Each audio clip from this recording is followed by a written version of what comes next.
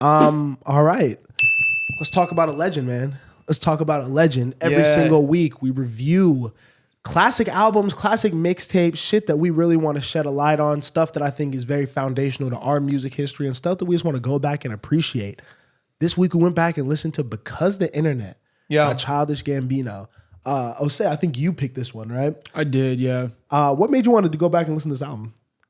I don't know. I feel like it just puts me back in a time where, I don't know, this is 2013, right? So this was high school for me. Still like super awkward, super trying to like find myself. I found Donald Glover / Childish Gambino to be like a super relatable figure during that time. Yeah.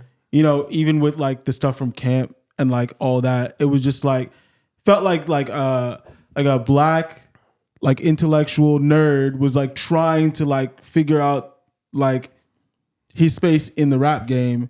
And then Because the Internet kind of just breaks all that for me. It's a way more artistic, okay, I'm not going to try and be the best lyricist ever because that's not what I am. I'm going to be the best artist ever. So to me, it was a step in that direction. It was something that I really appreciated at the time. I think I appreciate it more now. I think also too, it was when Chance was popping. So for me, those two worlds collided all the time, especially like on this project. And yeah, I don't know. I was a huge Chance fan as well. So it made sense to me. Yeah. I mean, I think that you hit it on the head when it's like, this is like weird black kid music. Yeah. Like I heard someone say that this was white girlfriend music. Like if you're a black guy, which is funny. But I think for me, especially like when I was growing up, just seeing Chance and Gambino kind of not fit into that stereotype of like doing the street show. Oh, that turned off. But I do think that this was just a very important time for like kids like us to show that there's multiple ways you can go about having this journey in hip hop, rap, whatever we want to call it, you know?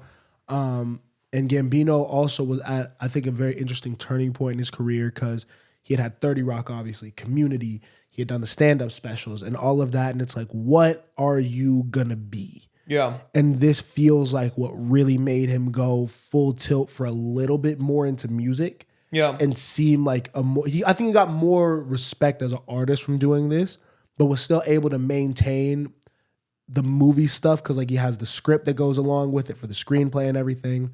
So very, very important album, I think, from when we were all growing up. Yeah, I don't know. I think just to go back to like what you were saying, I think now it's a little bit corny. It's like, oh, like the weird black kid, like whatever. Like, because I don't know. I feel like back then the messaging was so important because we didn't have examples of that. Because especially in rap and hip hop, I mean, Tyler was probably the first one to really jump out the window in terms of like people that I was like fans of or like really understood. And then Drake also was breaking the norms, but we didn't have examples of like people in hip hop that weren't necessarily doing the street shit or weren't hard. And I think that's why that's important. And I think, on like songs like Worst Guys, like with Chance, like he kind of like shows that crossover. Telegraph Ave is like one of my favorite songs. The Oakland song. It just like wasn't, it just wasn't corny to me though, because I feel like I needed as a very awkward individual. Mm-hmm. That made me feel more comfortable because Tyler has always exuded extreme confidence and like was just very sure of himself. And I think Drake has just always been like kind of just famous, like lover boy thing around like women and stuff like that. Like Gambino seemed like a pretty down to earth, awkward guy. Yeah. And like that made it seem like realistic and attainable. It's like, oh, you can still get your shit off and like kind of be like this, have a bad haircut, like do all this shit, you know? But yeah, great project. Yeah. How'd you feel about it when you first heard it? When I first heard it, it was one of the first rap projects I heard in whole when I first started getting into it because I was 13 at the time. And the only thing I had heard was Kanye stuff and Lil Wayne stuff. Yeah. You know, and then it was Chance and Gambino that really got me into like this bag and really got me into hip hop, you know. So I think the two are in tandem, like you both have said. You know, they appeared on each other's projects, they were seen together, there was rumors of the collab album. And I think this made rap music accessible for me. Yeah. These raps are fun. They're talking about things that I can relate to, like you said. And it's so musical. It's so, as a kid that didn't grow up with a lot of like rap around me. You know what I mean? I grew up with a lot of like older music, a lot of more, I don't want to say musical music because that sounds like I'm putting, you know what I mean? But more instrumentation, more melodies, that kind of stuff. This felt like in my pocket, but it exposed me to how fun, like written, not even written, just spoken word can be in music. You know what I mean? It also just rocked my shit in terms of like album sequencing. Yeah. This was the first time I had really experienced like not even bridges, interludes that were this good. Yeah. Short little snippets that weren't even full songs. I remember being a freshman in high school and listening to The Party over and over again and being like, why is this not a full song? This is like one of my favorite moments on the whole album. You know what I mean? It threw me off at first, honestly. Like I was like, why? Because I really don't think I was used to more spoken interludes and stuff because I was kind of getting into Kanye at this point. So like you hear the stuff on Graduation and College Dropout, or not Late Registration and College Dropout. Those interludes are like the broke five broke shit and that. Yeah. This was like a little bit more musical interludes. Oh wow. And like you can get lost in it almost because you could almost be like, wait, is this part of the song? Is this, you know? So it made me apprehensive to the project. And at first I didn't love the album. I like songs. Mm-hmm.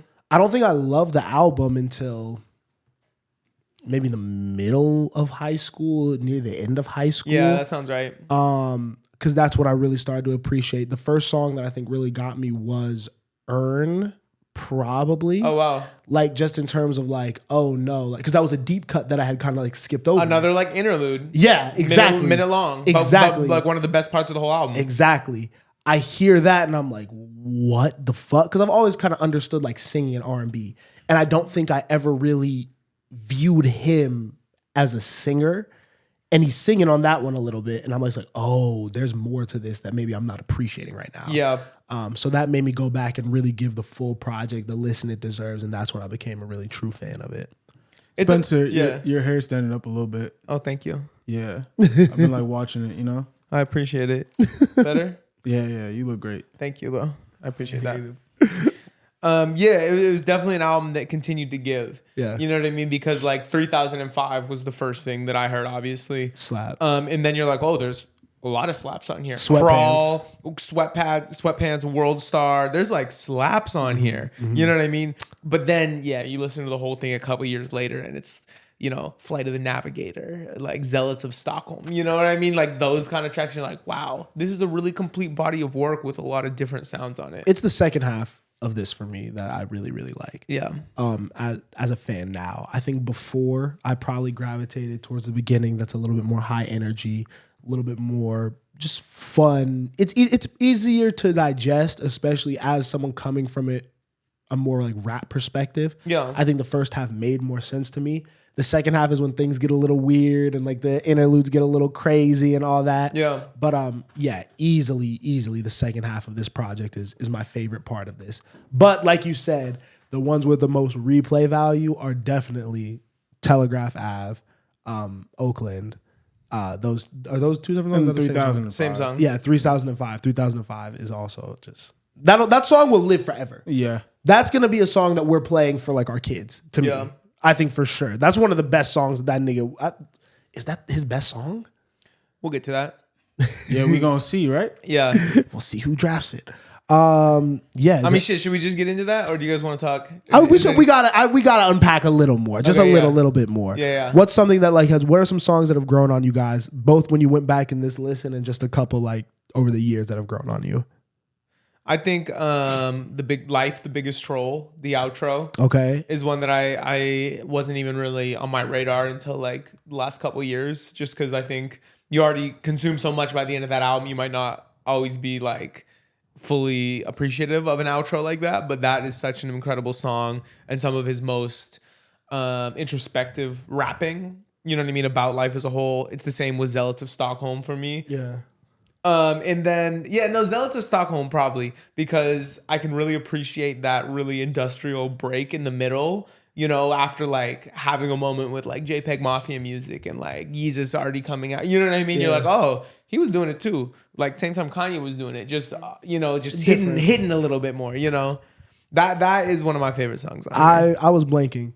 It's Shadows and Telegraph Ave are the two that I love. Shadows, me. Yeah. I play the fuck out of Shadows. Shadows has always been my favorite song. That's probably my favorite song on this whole shit. Yeah. That song is amazing. He's a singer for sure on that one. Like, it's just a feel-good summer day driving song to me. Yeah. I still, to this day, I listen to it and it feels like the first time I've heard it. It's the most impressive vocal display on this album. Definitely. The song that I think I liked going back over the years and like just more recently is Flight of the Navigator. Yeah. That one is incredible. Yeah.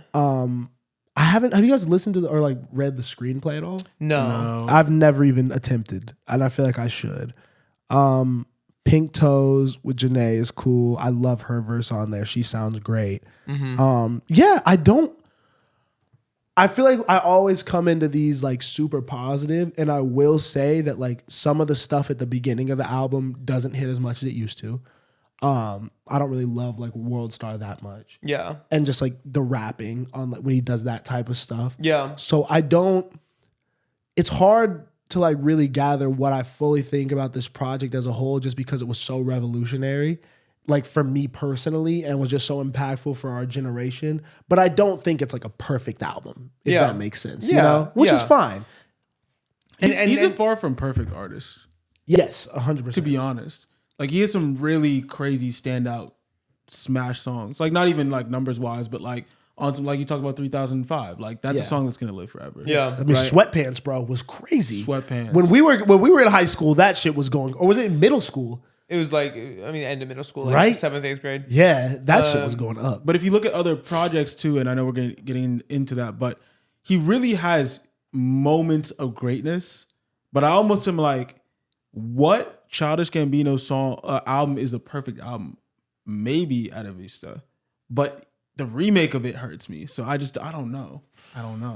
It's hard, right? Think about it. Oh, I guess Redbone.